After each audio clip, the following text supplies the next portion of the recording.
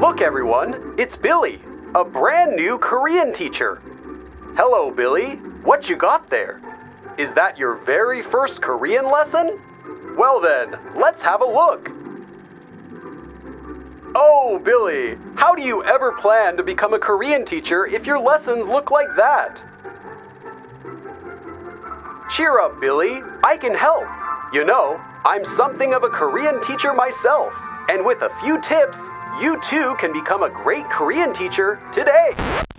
Okay, my fellow teachers, can we agree to stop doing this? Look how difficult Korean is! 하네, 하지, 하더라, 하리라, 하는구나, 하잖아, 하려나, 했어, 하지만, 했지만, and so on. Because you can do the same thing with English. I did, I do, I didn't do, I don't do, I wouldn't do, I will do, I had done, I would have done, I won't do, I will have not done, I wouldn't have done, and I can go on simply changing the words around the verb. Now, I'm guilty of this sort of teaching as well. In fact, all of these tips I'm going to share with you today are things that I've done too. So I'm here to help you to become a better Korean teacher, because the better we can all become, the better content that we can make, and the more students we can help to learn Korean. So let's look at some common mistakes that Korean teachers make. And the first tip that I have for new teachers is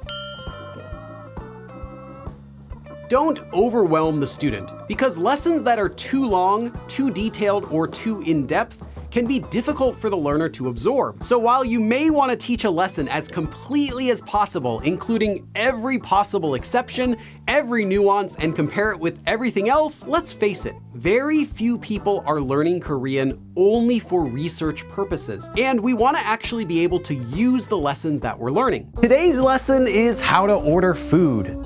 So let's learn every way you can do that, and then we'll learn every item on every menu. How do I say please? Oh, you want to say please, do you? Well, do I have a lesson for that. While there's certainly a time and a place for in-depth explanations, it shouldn't be during a student's first introduction to a new concept. You can always explain more later on, but the important thing is that learners can actually use the topic. So let's fix it. Today's lesson is just the form 하지 말다 and means don't do something. What's the difference between 하지 마요 and 하지 마세요? Great question. First though, let's learn how to conjugate this and do some practice. And again, I'm guilty of having done this myself too, so let's just move on to the next tip. On the other side of the coin is oversimplifying lessons. Today, the lesson we have is about the verb 하다. Oh boy, I'm so excited to learn verb conjugation. No, just 하다. So how can I use 하다? You just did. Any questions? Yes, several. Now, how much content you should teach ultimately depends on many factors, such as how much time you have, the level of the learner, etc. But no matter how long or short your lesson is, try to give the learner as much information as they would need to know in order to actually be able to use what you're teaching. For example, if you make a lesson about verb conjugation but only teach one type of conjugation, such as teaching how to add ayo or oyo to the verb stem and nothing else, then it's not likely the student will be able to use that in their studies. Instead, you might want to cover at least the most common conjugations. Another thing to avoid is only teaching phrases or vocabulary words without teaching enough context to know how to use them correctly. Stop saying 안녕히 가세요 for goodbye and start saying 잘 가 and follow me for more tips on Korean. 할아버지, 잘 가. Wait, not like that. 뭐라고? So try to find the right balance between presenting too much information and too little. Can you teach me the numbers? Sure. First, here's 1 through 10, and then I'll show you how we can use those to count higher.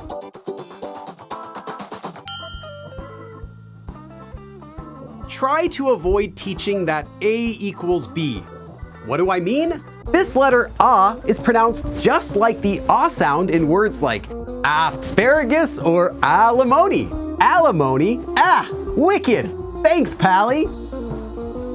Comparing things to other topics or other languages is helpful, and it can sometimes be necessary when you're learning a new concept, but make sure the student still understands how they're different. For example, instead of only teaching that the verb 놀다 translates as to play, give some examples to show how it's used, and try to think of how the student might interpret your explanation.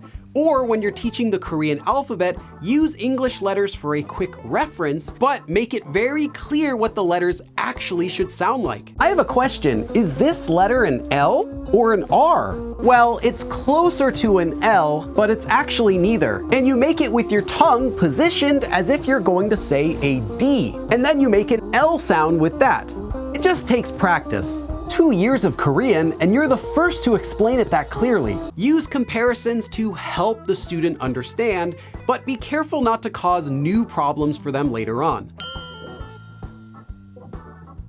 I sometimes find teachers comparing words or grammar forms, but by using concepts the student might not be familiar with. As you can see, the 는 바람에 form is similar to the 는 탓에 form, but not like the 느라고 form, which requires a transitive verb. I just wanted to know the word for cheese. Just as you need scaffolding to construct a tall building, students need a foundation of grammar and vocabulary before they can move upwards. So try teaching concepts separately for the first time that they're introduced, because teaching multiple concepts at once and mixing them together really just gives everyone a headache. So today we're going to learn about the 서 form, but first a quick review about the 으니까 form that we learned last time. Or at the very least, consider adding a brief explanation of any prerequisites for the lesson in advance. That way the student knows what to expect before they start. Remember that we're Korean teachers, and by definition, we teach Korean. Welcome to the lesson. I have so much to teach you today. Here are 100 words you can use at the pharmacy.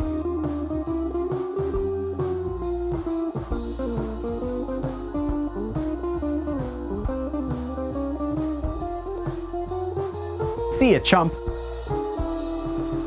Simply sharing a list of words or phrases isn't your best skill as a teacher, because frankly, any vocabulary book or dictionary can do that. Now, fortunately, nearly all of the Korean teachers that I know don't teach like this, but I sometimes see it happen, so I wanted to mention it here. And this really is similar to my last tip, to give students a foundation, because a Korean learner won't be able to benefit from a word or a phrase if they don't know how to actually use it themselves. So provide examples and explain things along the way. Today we're going to learn some useful phrases for ordering food at a restaurant. And the first word is 인분, meaning a portion, so the amount of food that a person eats. And you'll use it right after a number, so 1, 2, 3.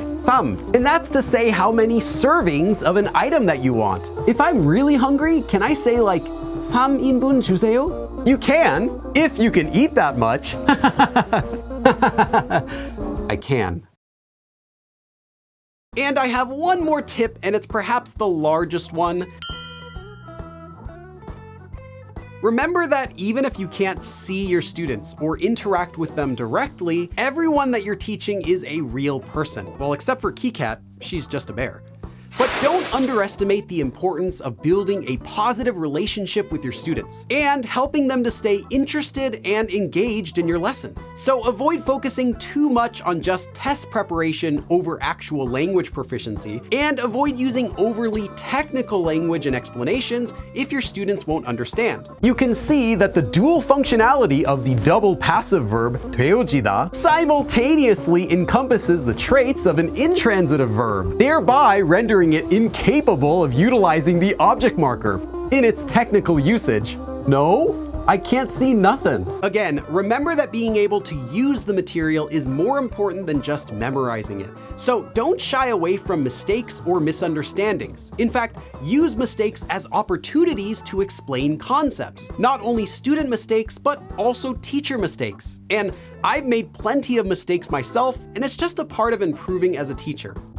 Why can't I use 필요하다 with the object marker? That's because 필요하다 is actually what's known as a descriptive verb, just like when you describe something as big or small, so you wouldn't use an object marker with any of these sorts of verbs. Ah, I think I get it. Now, these were just a few tips to help you as a Korean teacher, whether you're teaching here on YouTube or in a classroom setting. So which of these tips did you find the most helpful, and did I miss any important ones? Let me know in the comments. And I want to give a big thanks to my Patreon supporters and YouTube channel members out there for sponsoring this video and for helping me to make more content. And if you'd like to help support me, there are links for how you can do that in the description below. Thank you for watching, and I'll see you again next time. 그럼 다음에 또 봐!